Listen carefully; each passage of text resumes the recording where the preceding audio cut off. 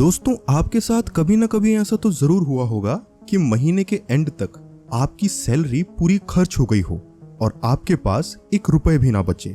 कई बार तो अपने खर्चे पूरे करने के लिए आपने कर्जा भी लिया होगा। ये काफी कॉमन बात होती है मिडिल क्लास और उससे लोअर क्लासेस के लिए, और इसी प्रॉब्लम के चलते वो कभी अमीरों की श्रेणी में नहीं आ पाते हैं और ना ही अपनी फाइनेंशियल स्थिति सुधार पाते हैं। आज की इस वीडियो में मैं आपको कुछ ऐसी स्ट्रेटजीज बताऊंगा जिन्हें अगर आप एक स्ट्रिक्ट डिसिप्लिन के साथ फॉलो करेंगे तो कुछ सालों बाद आप अपनी मनचाही जिंदगी जी रहे होंगे। तो मेरा नाम है एजे, आप देख रहे हैं एजे टॉक्स। चलिए शुरू करते हैं।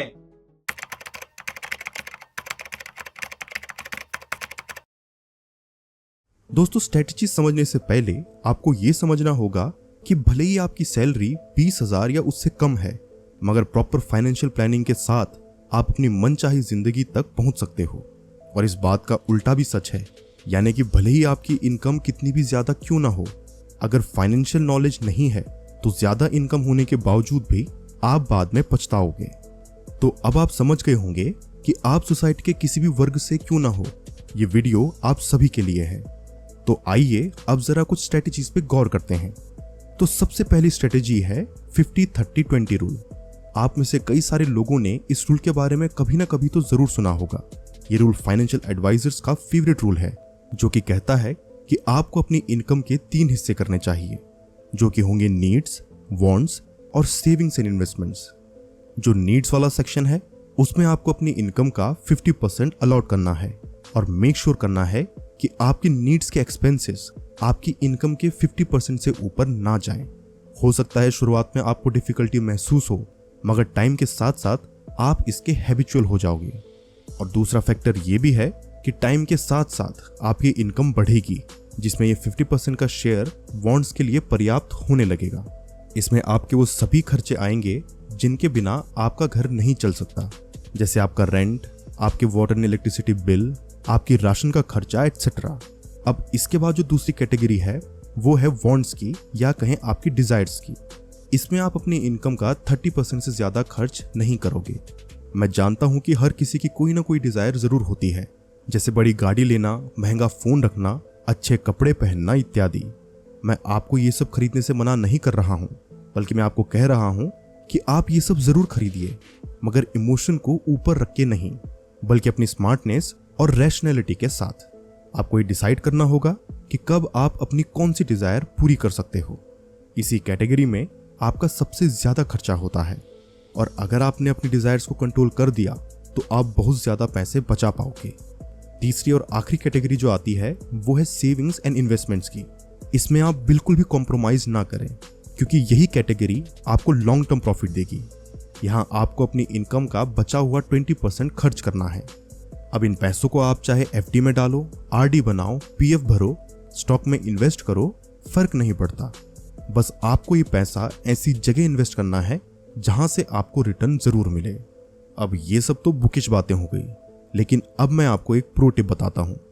आप हमेशा ट्राई करना कि आप अपने एक्सपेंसेस को जितना ज्यादा हो सके उतना मिनिमाइज कर सको। और ये जो 50-30-20 का जो प्रिंसिपल है, इसके प्रोपोर्शंस को आप अपनी सहूलियत के साथ चेंज करते रहें। पर हाँ, ये ध्यान रखें कि जैसे जैसे आपकी इनकम और उम्र बढ़ेगी, वैसे वैसे आप अपनी सेविंग्स का परसेंटेज बढ़ाते रहना, क्योंकि इनकम बढ़ने के साथ साथ अगर आप अपनी डिजायर्स पे कंट्रोल रखोगे तो आपके एक्सपेंसेस ऑटोमेटिकली ड्रॉप हो जाएंगे। दूसरी स्ट्रेटेजी जो आपको पता होनी चाहिए वो वैसे तो काफी ज्यादा सिंपल है, लेकिन उसे फॉलो करना उतना ही ज्यादा डिफिकल्ट। फिर भी बता देता हूं कि ये प्रिंसिपल आखिर कहता क्या है। इस प्रिंसिपल का नाम है 100 - एज प्रिंसिपल। ये कहता है कि अगर 100 में से आप अपनी एज माइनस कर लो तो जो फिगर आएगा उतना परसेंट आपको सेव करना चाहिए।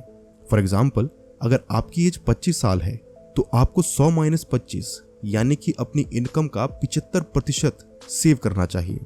यह आपके फाइनेंशियल गोल्स को जल्दी अचीव तो करवा देगा, मगर इसे फॉलो करना आपके लिए काफी ज्यादा डिफिकल्ट रहेगा।